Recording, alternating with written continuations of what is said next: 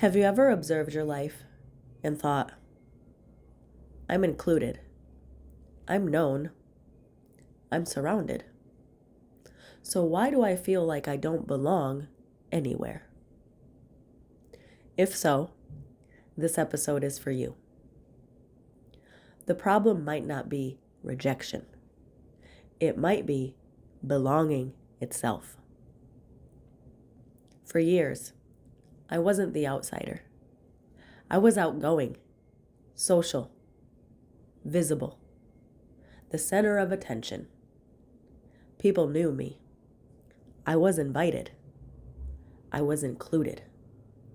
And yet, underneath all of that, there was this quiet, disorienting feeling. I don't actually belong anywhere.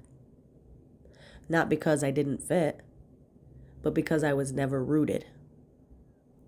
And if you relate to that, here's what might be happening. You're socially integrated, but internally unanchored. You've learned how to belong in rooms, but you've never learned how to belong to yourself. Maybe that looked like reading the room before speaking, adjusting your opinions depending on who you were with, staying silent when you wanted to speak, becoming who the moment required. And when belonging is external, your energy stays tethered outward. You adapt. You respond. You calibrate. You become who the room can hold. And over time, you start to notice you never fully formed outside of those rooms. Here's what I realized. Belonging wasn't just costing me myself. It was misplacing me.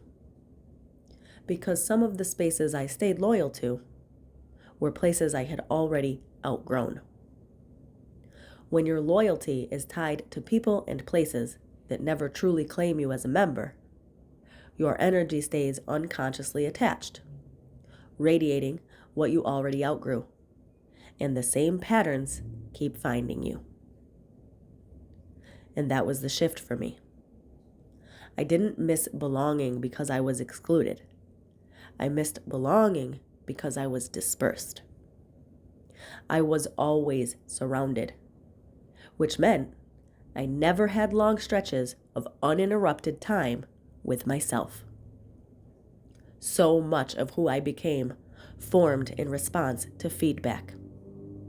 So no one truly knew me, because I never allowed my full spectrum to shine. I was too busy worrying about other people's reactions. And that's not something people talk about very often, because it's hard to face, and even harder to admit. You can be socially successful and still internally undefined. You can be loved and still unknown. You can be included and still be misaligned. If you feel like you don't belong anywhere, ask yourself this. Are you actually rejected? Or are you still loyal to rooms that never rooted you? Because here is the truth. When your belonging is external, you stay relationally defined. You adjust before you stabilize. You respond before you originate. And the longer that happens, the harder it is to feel anchored anywhere. Even in new environments. Even with new people. Even when you're alone. The solution wasn't finding better rooms. The solution was withdrawing my energy from misplaced allegiance. It was allowing silence, space, non-performance. It was staying with myself long enough to form without an audience. It meant stepping back from dynamics I once tolerated, letting silence replace constant social feedback, giving myself space to see who I was without an audience. Belonging stopped being about inclusion and became being about internal trust and radical self-acceptance.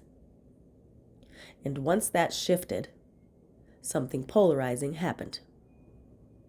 I didn't need to belong everywhere anymore. And because I wasn't trying to belong, I could actually recognize where I naturally fit. Belonging isn't something you secure. It's something you anchor.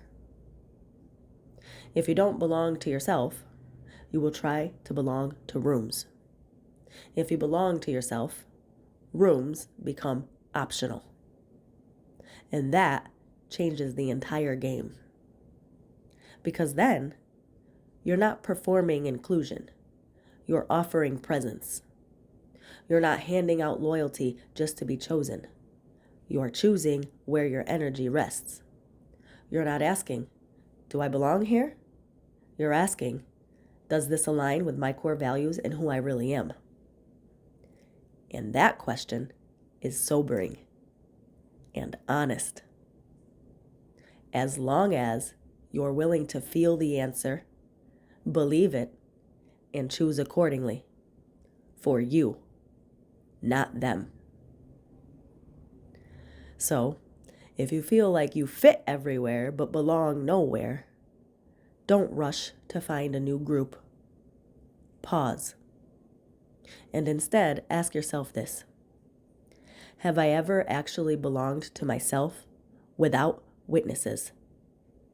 Have I ever felt whole without feedback? Have I ever allowed myself to stabilize without adjusting to external noise? Because it's possible, you don't feel unchosen. You feel unanchored. And anchoring doesn't happen in response to other people. It happens when you stand inside who you really are. And once that is firmly intact, belonging stops being something you chase. And it becomes something you embody. And that is where freedom lives.